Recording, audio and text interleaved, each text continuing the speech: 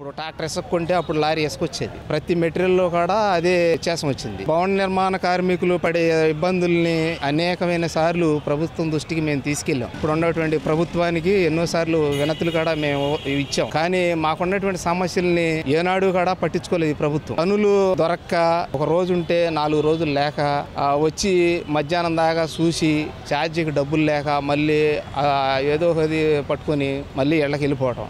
మా యొక్క సమస్యలు మాత్రం వీళ్ళు అసలు పట్టించుకున్న పాపమే లేదు. ఇసుక, సిమెంటు, ఐరన్ విపరీతంగా రేట్లు పెరిగిపోవడం, పనులు లేక చాలా ఇబ్బంది పడుతున్నాం. నిర్మాణ రంగం ఉంటే మాకు ఇక్కడ మేమందరం నిర్మాణ రంగం మీద ఆధారపడిన వాళ్ళు ఇక్కడ 32 మంది వృత్తులు ఉన్నారు. అందరం దాని మీద ఇది పడుతున్నాం. మాకు అందరికీ పని లేకపోవడానికి కారణం నిర్మాణ రంగం ఆగిపోవడం, రాజధాని ఆగిపోవడం, నిర్మాణ రంగాలు దాని మీద కొంత డిపెండ్ అయ్యి ఈ నిర్మాణ రంగం ఇక్కడ బాగా కుదేలు అవ్వడం మేము చాలా ఇబ్బంది పడుతున్నామండి. పనులు లేక ఇబ్బంది పడతాను. వారానికి 2 రోజులైనా దొరకట్లేదు. రావడము వెళ్ళిపోవడం, ఛార్జీలు కట్టుకుని వెళ్ళడం అండి గొప్ప ఇబ్బంది అయిపోతుంది. రాజధాని తరలింపుతో ఇక్కడ భవన నిర్మాణ కార్మికులు పనులు లేకుండా కాంట్రాక్టర్లు కానీ బిల్డర్లు కానీ అందరూ కూడా దివాళా తీశారు. వాళ్ళ కంకర కానీ ఐరన్ కానీ సిమెంట్ కానీ ఏదైనా జీరో అయిపోయింది. ఒక పక్క కొనుగోలు లేకుండా ఇంకో పక్క కట్టడాలు కట్టకుండా ఇక్కడ బతికే వాళ్ళకి పనులు ఎలా దొరుకుతాయి? వైసీపీ ప్రభుత్వం తీసుకున్న నిర్ణయం వల్ల, ఆయన తీసుకున్న అనాలోచిత నిర్ణయం వల్ల ఇవాళ భవన నిర్మాణ కార్మికులు రోడ్డును పడ్డారు.